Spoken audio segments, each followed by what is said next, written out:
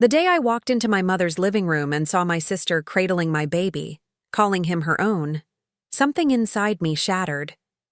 She looked at me with a smug smile, rocking him gently, whispering, "Mommy's here," as if I didn't even exist. I stood frozen, my heart pounding so loudly I could hear it in my ears. For months, I had sacrificed everything to bring my child into this world, only to have my own flesh and blood try to erase me from his life. People talk about betrayal by lovers or friends, but nothing prepares you for betrayal by family, by the sister you once trusted more than anyone else. That day, my voice trembled when I said, "Give me my son." She just laughed and said, "No one will believe you." But what she didn't know was that the truth was already weaving its way to the surface, and when it came out, her face went pale. My name is Clara, and family was always my anchor. Growing up, we didn't have much, but we had each other. My parents worked endlessly, my mother cleaning houses, my father taking shifts at the factory, just to keep food on the table. Through it all, I leaned on my older sister, Julia. She was the confident one, the one who always seemed to know the answers, the one who shielded me when kids at school were cruel. I idolized her. If Julia said something, I believed it. If Julia needed something, I gave it. When I found out I was expecting my first child, Julia was the first person I told. She hugged me tightly and said, "Don't worry, Clara. I'll be with you every step of the way." And she was, through the morning sickness, the doctor visits, and the endless nights when I cried about raising a baby on my own after the father left. Julia always assured me, "We'll do this together. You'll never be alone." I thought it was love. I thought it was support. What I didn't know was that underneath her comforting words was a jealousy she never admitted, a hunger that would twist into something I could never have imagined.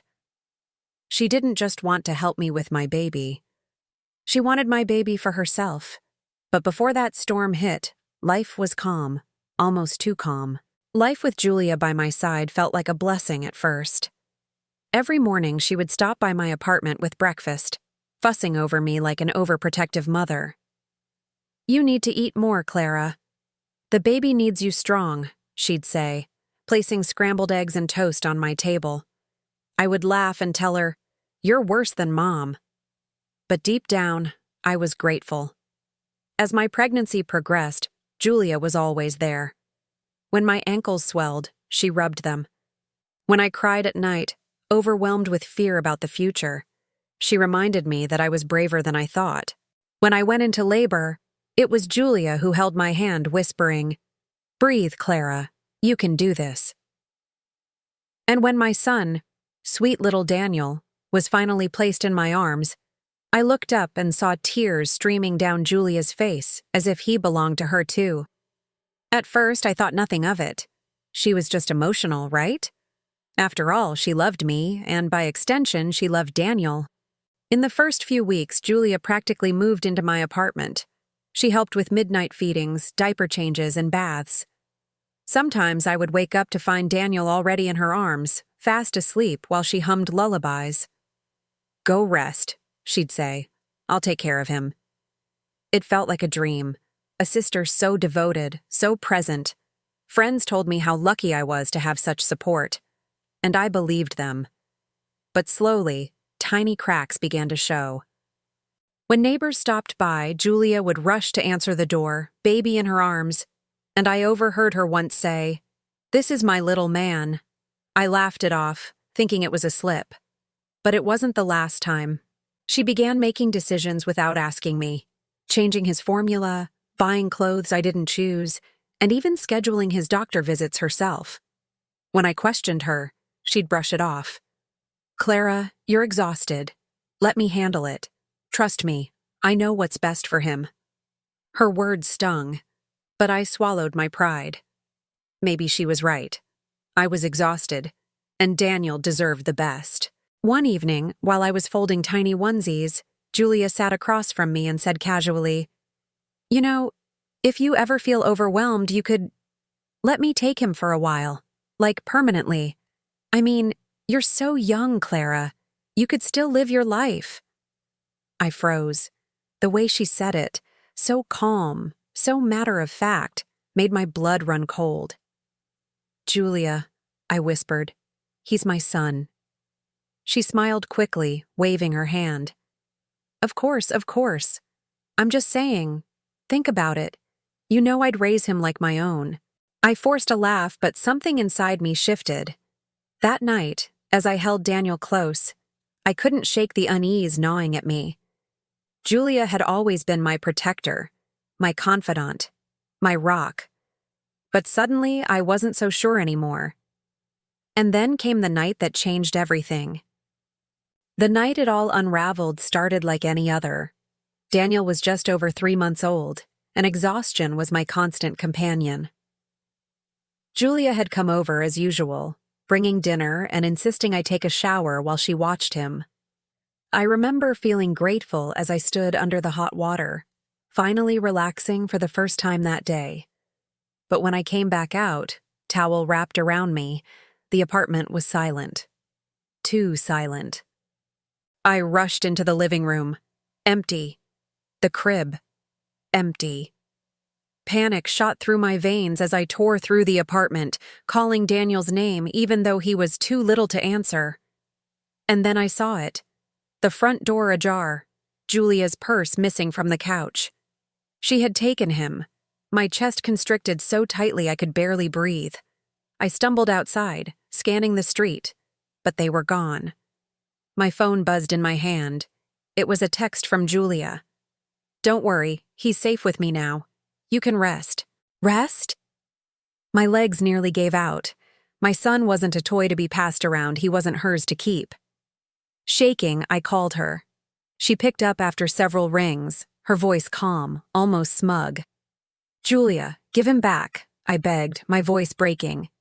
No, Clara, listen to me. You're not ready for this. You're drowning. Everyone sees it. He needs a mother who's stable, who knows what she's doing. That's me. My tears came hot and fast. He is my baby, Julia. I carried him for 9 months. I went through the pain. You can't just take him. You think that matters? She snapped, her tone colder than I'd ever heard. Blood doesn't make you a mother. Love does. And I love him more than you ever could. The words stabbed me like knives. I dropped to the floor, clutching my chest. Please, don't do this. He needs me. But Julia only whispered, No one will believe you, Clara.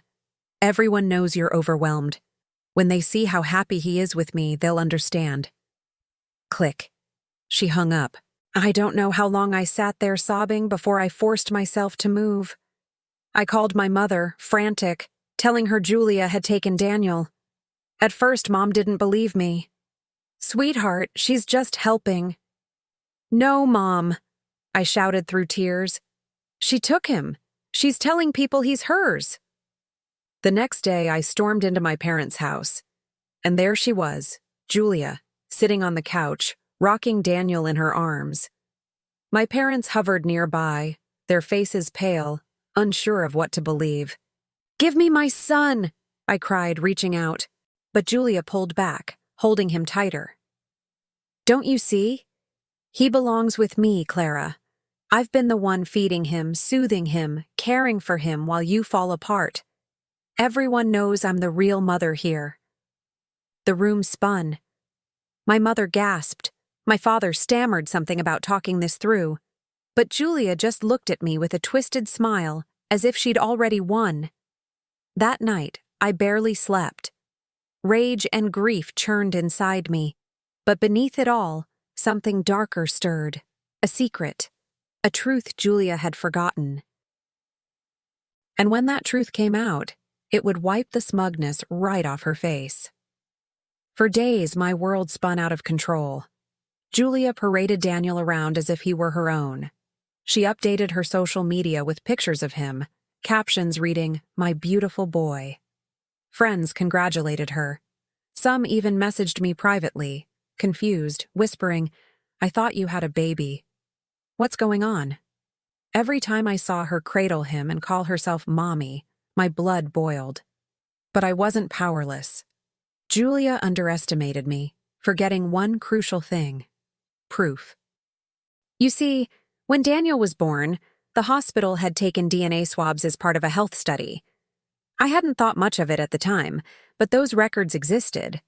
And Daniel's birth certificate. It had my name. Only my name.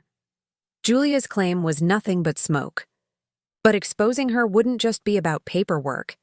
It had to be undeniable, something that would strip away her lies in front of everyone she'd deceived. The chance came sooner than I expected. My parents, tired of the fighting, arranged a family meeting at their house. "We need to settle this before it destroys us," my father insisted. I agreed, but inside I was trembling. Julia thought she'd already won. She walked in holding Daniel, smiling proudly as if she were untouchable. "Everyone can see," Julia began, her voice steady, "that Daniel is better off with me. Clara can't handle the responsibility. She's too young, too unstable. I've been his mother in every way that matters." I stood slowly, my knees shaking but my voice clear. "Then let's prove it, Julia. Let's do a DNA test right now." The room went silent. Her face faltered just slightly, but enough for me to catch it. "That's ridiculous," she scoffed. "I don't need to prove my love with science." "No," I shot back, my voice rising. "But you do need to prove your lies, because the truth is already out there. I have Daniel's hospital records. I have his birth certificate. And if that's not enough, we can swab his cheek today and end this charade." My mother gasped. My father's brows furrowed. All eyes turned to Julia. Her lips trembled as color drained from her cheeks. "Julia," Mom whispered, "is this true? Did you claim him as your own?" Julia's mask cracked. Tears welled in her eyes, but her voice was sharp. "You don't understand. I can't have children, Mom. I've tried, I've prayed, and every time I lose them. When Clara had him, something inside me snapped. I wanted him. I needed him. I thought if I loved him enough, no one would question it." The confession hit the room like thunder. My heart ached. I had no idea she carried such pain. But sympathy didn't erase betrayal. "He's not your child, Julia," I said softly, though my voice broke. "You can't steal someone else's happiness to fill your own emptiness. That's not love. That's cruelty." She sank into the couch, clutching Daniel as if he were slipping away from her. "Please," she begged, "let me keep him. I'll be a better mother than you ever could." But when she looked up, she saw the truth in everyone's eyes. My parents weren't fooled anymore. My father stepped forward, his voice firm. "Julia, give him back. Now." Her face went pale, her hands shaking as she finally placed Daniel back into my arms. The warmth of his tiny body against my chest was both relief and heartbreak. Relief that he was mine again. Heartbreak that my own sister had tried to erase me from his life. Julia broke down in sobs, crumpling to the floor. The weight of her lies had crushed her, and in that moment, I realized the bitter justice of it all. Her longing for a child had turned her into someone unrecognizable, and now she had nothing. As I rocked Daniel, I whispered, "No one will ever take you from me again." Julia's face, pale and broken, was the picture of regret. Karma had spoken. Family betrayal cuts the deepest, because it comes from the very people we trust to protect us. My sister's actions nearly destroyed me, but they also opened my eyes to a painful truth. Love without respect becomes possession, and jealousy disguised as care becomes poison. Julia thought taking my child would heal her emptiness, but in the end, it only left her with more pain. As for me, I learned that strength isn't about standing alone. It's about standing firm for what's right, even when your own blood turns against you. I hold Daniel tighter now, knowing that being his mother is both a gift and a responsibility no one else can claim. If this story teaches anything, it's this: never let anyone rewrite your truth, no matter how convincing their lies may sound. The truth has a way of shining through, and when it does, It reveals everything.